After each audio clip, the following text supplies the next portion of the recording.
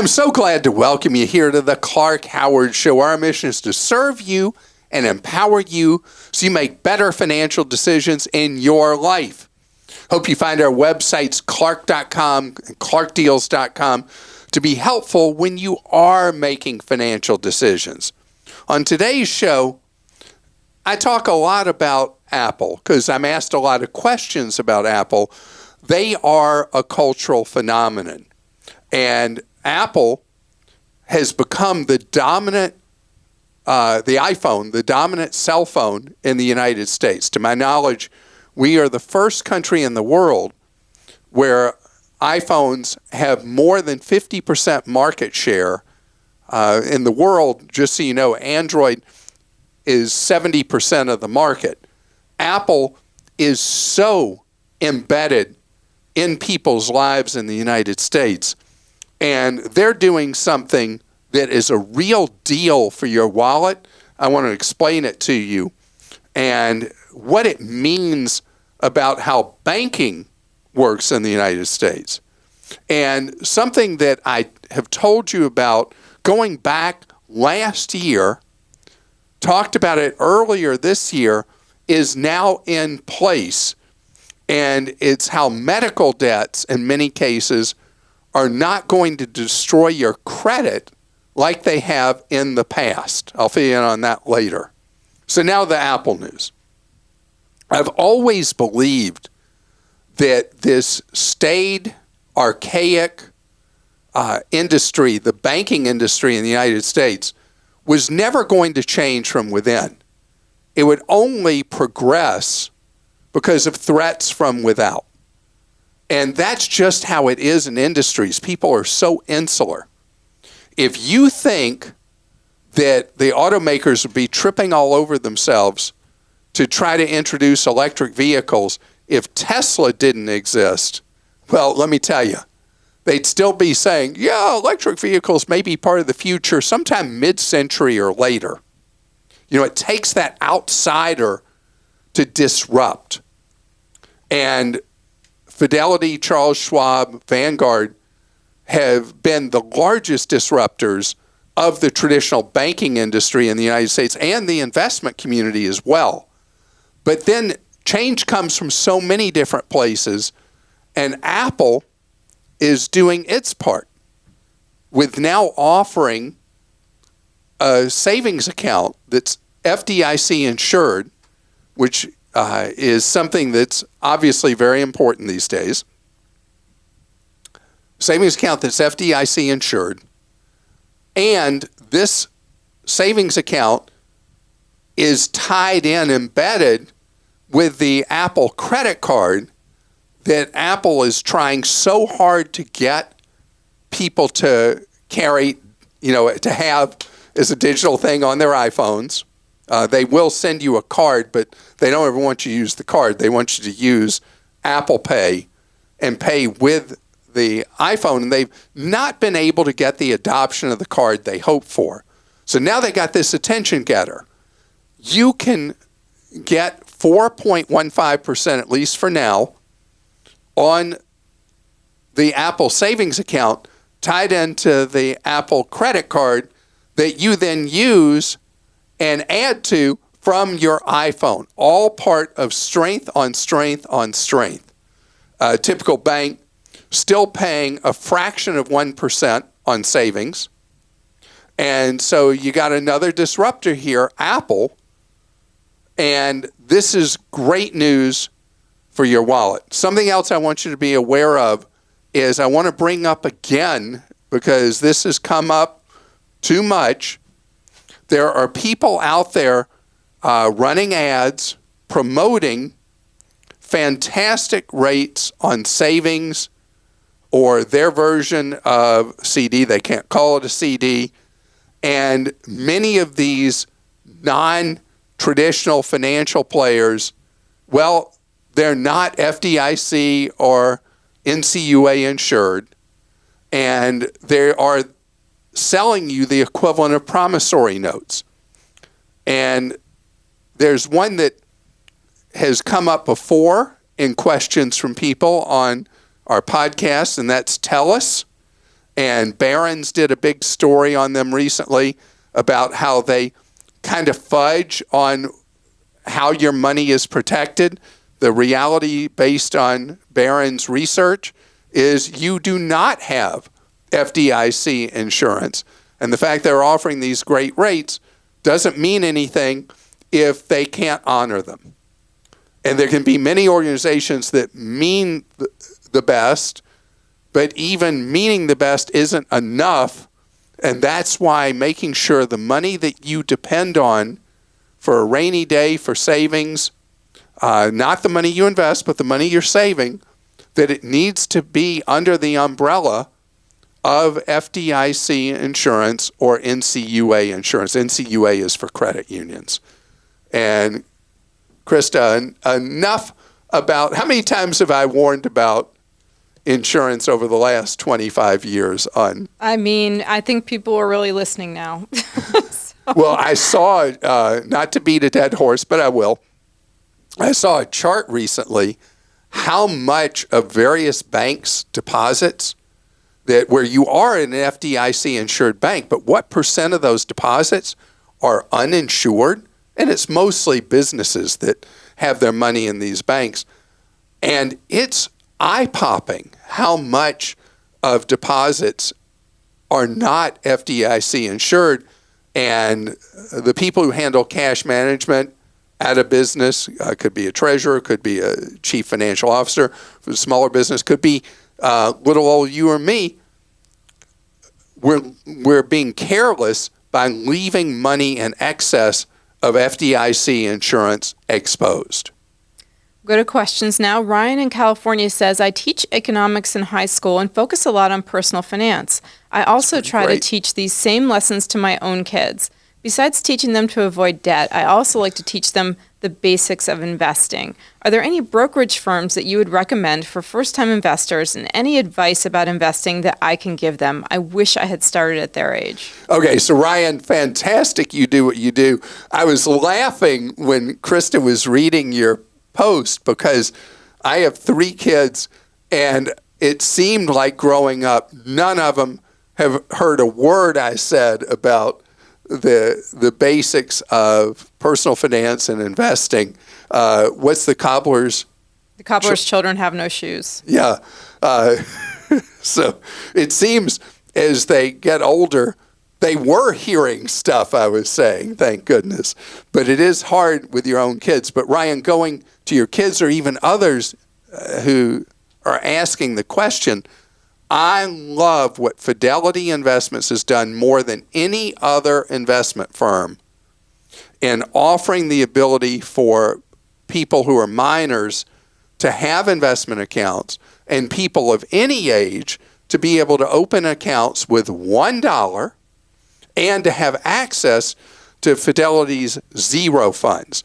Fidelity as a marketing thing, but it's a long-term play on their part, has a small number of funds, index funds, which are where I like for you to be anyway, that they charge no commissions, but more important, they charge no ongoing administrative expenses. They absorb them at Fidelity. So they have really done the best job of anybody I've seen, in my opinion, of offering an entry point for people starting investing, and especially for minor children. They allow more flexibility and discretion on the part of minor children than anybody else I know of in the investment business. I have to tell you something. Yep. Your oldest child, who is amazing and kind and sweet, I was having a conversation with her the other day, and she was talking about an online purchase, and she mentioned she used her debit card. And I was like, your debit card? Your dad hates debit cards. She knows. Okay. She's known that forever. She said she acted like she didn't know that. I was like, oh my gosh. So the deal with Rebecca is she worries about going into debt. Mm-hmm. As she should. That's and smart. So that's very important to her, and she feels as if she has credit cards, but that if she used them for everyday purchases, she would spend herself into oblivion, and the debit card provides discipline. That's why I've always said that's a circumstance where using a debit card is okay. And that was before I was fully aware that that's why Rebecca was doing that. I love that. And you know what? I would even go a step further, have a separate bank account for what you're willing to spend per month and use the debit card from that. And then like another account for your mortgage. Great advice. Maybe you should have your own podcast. That was really good. Heck no. Okay, James in Georgia says, DirecTV sent me a prepaid credit card instead of a check for a refund they owe me. I told them over and over I didn't want a credit card. What should I do? So this is the AT&T plague. DirecTV no longer is directly controlled by AT&T, but this is the AT&T culture. They're really into what's called the break rate, that they, instead of sending you your money the way you wish, when you're no longer a customer or whatever it is where they owe you money, AT&T's corporate culture that infested DirecTV is that they do the refunds on these prepaid cards, knowing that a certain amount of that money will never be redeemed, that someone will get down to a few dollars, the purchase will be declined, and AT&T ends up getting part of that money. So it is a strategy on their part. They do not bend from it. It is unsavory. It is anti-consumer, and it is wrong, AT&T. And yes, I'm still giving you full credit for this being the policy of DirecTV. So I guess James just needs to He's got to take that card, and James, the way you get back at AT&T, make sure you use every penny. You know how much money you're getting in that refund. A guy showed me in a store, he has a little note that he has wrapped around one of these prepaid cards, and he writes down as he uses it so he knows how much money is left so he can wipe it out. What I did, I got one of these from AT&T for something. They owed me a rebate for something. And I got to the point where I wasn't as methodical as the guy who showed me the thing, is I would keep using it for smaller and smaller purchases as it kept getting declined. And so now I have successfully wiped it out, but it shouldn't have to be that way. And some people will convert it into other gift cards or put it on their Amazon account because you can put down to the penny. So that's something that's been suggested too. So just so you know, if you're new to our podcast, the answer to every question in Christa's life is Amazon. Andrew in Virginia says, is Carmax a good place to buy a car? Carmax is awesome. Carmax is a wonderful company, and you'll never guess who started Carmax. Do you know I don't know this. The late electronics retailer that I talked about recently on another podcast, Circuit City. Oh, I did not know that. Started in Richmond, Virginia by Circuit City, and Carmax has become a thriving enterprise, very powerful and influential in the used vehicle market, and they were birthed by Circuit City. And you like them because of their return policy, right? I like the clear disclosures. The price is laid out for you. You know exactly what the vehicle is going to cost. They don't play any games with you. Depending on market, you have from days to, in some markets, as long as a month to return the vehicle if you don't like it for a refund. And get an within inspection. Certain conditions. And what you do with CarMax, same thing with Carvana, any of the customer-friendly facing sellers of vehicles, is you, in the time you have that you're allowed to return a vehicle, you go have, first you drive it for a day or two, you say, yeah, this is a great car. Then you go have it checked out by an independent mechanic of your choosing to make sure the thing's okay. Because if there's a problem on it you were not aware of that's going to come back to bite you in the wallet later, you then use that time period to return. You know, vehicle sellers of used vehicles who don't give you, because used vehicles have unknown histories, that don't give you the right to return a vehicle for a full refund within a period of time, that's poison to your pocketbook, and they are not deserving of your business. By the way, if you own a car dealership, again, the web address, clark.com/ClarkStinks. I look forward to hearing your perspective. Coming up ahead, I promised,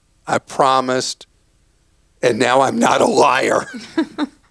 I got really important news for you about medical debt that I've been promising for so long, and now it's actually happened. I'm going to tell you how medical debt is not necessarily going to destroy your credit anymore, and it's not a will, it's actually in effect. I'm going to tell you how it works. Medical debt is a big problem for people in the United States, and the changes I'm going to talk about don't deal with the brutal consequences that some people suffer from medical debt, where most people in the United States who file for bankruptcy, it's not because of lifestyle or anything like that. The majority is because of medical debt, that people end up with these huge bills, even if they have insurance, that they can't afford to pay, and ultimately they bankrupt out because of those bills. This is about smaller bills that account for roughly 2/3 of medical bills. And it can happen because of poor records at a medical facility or at an office or a lab or whatever, where they send a balanced bill to you at the wrong address. You don't even know it's out there. And before you know it, they ruined your credit for a bill that could be $40 or whatever. Well, as I promised last year, it's now happened. The 3 major credit bureaus now no longer report on your credit report any bill below $500, which is roughly somewhere around 2/3 of all medical debts are now gone from people's credit reports that were under $500. And as I had a question recently from someone, does this mean people are just going to be irresponsible, and if they owe me less than $500, they're not going to pay me? There will occasionally be somebody that will do that. But the problem here was not really about people just willy-nilly saying, hey, I'm going to stiff that doctor. It was really about the whole billing issues problems. And so the clerical problems in medicine are legendary, and ruining somebody's credit for years to come over a small medical bill, that's no longer going to happen. Now, the other great thing, and this is something medical providers should be happy about, that is a direct incentive for people to pay unpaid medical balances greater than $500, is that if you pay it where it would have even paid, would have messed up your credit for 7 years, the item is wiped clear of your credit once it's paid. I mean, this is great stuff. This is really good stuff. Then you add on top of it the No Surprises Act, which I've shared with you, that in many cases will prevent somebody from hitting you over the head with a bill that you're not supposed to get because of various circumstances that are still confusing. The good news is that medicine is back to doing more of what it should do, which is try to improve your health or save your life, not ruin your financial life. Christa? All right. Nathan in Wisconsin says, I recently received an explanation of benefits from my healthcare provider and a bill from the clinic for lab work that was taken when my doctor drew blood during my yearly physical exam over a year ago. Wait. It was never billed for over a year? I guess not. And I think he probably meant insurance company, the explanation of benefits. Oh, yeah. It is not cheap. It's $900, and I would like to know what options I have in not paying this. Would this fall under the No Surprise Billing Act? So No Surprises has a number of different wrinkles. The principal thing is when you go to a provider in network and they end up using someone out of network, and labs are the most common thing. So you have the added wrinkle that no bill was sent for such a long period of time. So start by contacting your healthcare provider, which is your insurer in this case, is what I mean. Contact your insurer and find out why they sent you such a large bill, why it was not handled through insurance with just a small copay or balance bill for you. And if it is, they say, oh, well, that facility's not in network, bam. No Surprises Act is the thing you use. The last time we told someone this about a lab bill, I heard back from the individual that as soon as he said, isn't this a No Surprises Act thing, after saying, you owe this bill, you got to pay it, the tune and tone on the phone completely changed, and almost all the bill ended up being wiped out. So it doesn't mean, Nathan, that your specific situation fits No Surprises. Hopefully it is under that circumstance that they used an out-of-network lab, which is a patient you have no way of knowing. But here's the oddest thing.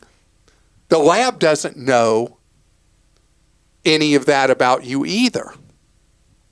Marianne in South Carolina says a national oil change place I went to one time keeps emailing me my Carfax, indicating that I haven't been keeping up with the maintenance. However, I do my maintenance with an independent mechanic. Is there any way I can correct this on the Carfax? I'm concerned that when I go to sell my car someday, whether privately or through a place like Carmax, that my Carfax report will be incorrect and negatively reflect on me. All right, so all you need to do, let me first deal with the Carfax thing. This is a big revenue stream for Carfax, helping independent shops try to get business from customers, turn them into repeat customers, saying, oh, this looks really bad for you. You haven't done this, that, or the other. So it is a business generation activity that is a big money maker for Carmax. And because they can't live just off of selling you and me Carfax reports. Their money is really made to the trade in the automotive industry. This by itself is not going to do you any harm at all. Your independent mechanic can give you a report when you go to sell your vehicle showing that you have done all maintenance as required. This is just a form of solicitation that's bothering you. And James in Kansas says, I live on a small farm and frequently use my diesel pickup, which runs great. However, it's a 2012, and I would love to get the electric Ford Lightning, but at what point is it justified? My diesel has about 190,000 miles, but runs similar to the day I bought it. Wow. It's obviously high maintenance and fuel, but I'm sure there are a lot of miles left in it, and electric vehicles keep improving. The Cybertruck looks exciting and is coming soon. When do I pull the trigger on an electric pickup? You only buy an electric pickup truck right now if you just got to have it. So you give this one another year to play out, maybe till 25 to play out, and then we're going to have enough models in the marketplace. The automakers are going to have ramped up production enough that these pickup trucks will not be surcharged anymore. When you look at what Ford dealers are marking up the Lightning to, you look at what a Rivian pickup truck costs, these are so expensive, and we're just going to have more variety of models. We're going to have more available if you just hold off. I mean, electric sedans and SUVs are becoming more plentiful by the week, it seems, and the prices are coming down model by model. With the pickup trucks, you got to let the clock run some. Jennifer in North Carolina says, hey, Clark, my Yorkshire Terrier of 15 years passed away last December. Sorry, Jennifer. I've joined multiple online social groups that share pictures of their Yorkies and people who have Yorkies available for adoption. However, I've noticed a lot of postings about scams. One person I contacted said that I could not pick up the Yorkie and that she would have to have it delivered to me. That seemed very impersonal and a little sketchy. What do I need to do to make sure I don't get scammed? Okay, first of all, good radar on your part. That one was 100% a scam, and that's how they operate, is they say they're going to deliver or they're going to meet you somewhere, but you got to pay in advance. And people get scammed over and over again. And not as often right now as that happened 3 years ago. When people got lonely during COVID, there was a clamor to get a dog, adopt a dog, whatever. And people were getting ripped off constantly. Now there's actually a surplus of dogs available in the country because a lot of people who got pandemic puppies, now that they've fully resumed normal life, they can't fit the puppy, now dog, so sad, in their lives anymore. And so there's a lot available. So if you can't go and see the dog, check out the dog, see the vet records on the dog, and pay for the dog at that time, you don't get the dog. And anybody who says, pay me now, and we'll work out the details later, we'll deliver later. You are going to get ripped off. And if you've got room in your home for a dog right now, there are a lot of dogs out there that would really love to be adopted by you and be in your home. Because we had such an imbalance the other way 3 years ago. Now we got a problem with these shelters just teeming with dogs right now and overwhelmed by them. So if it does fit in your life, maybe you consider it. And thank you so much for joining us on today's podcast. I hope you enjoyed it and hope you'll enjoy us tomorrow.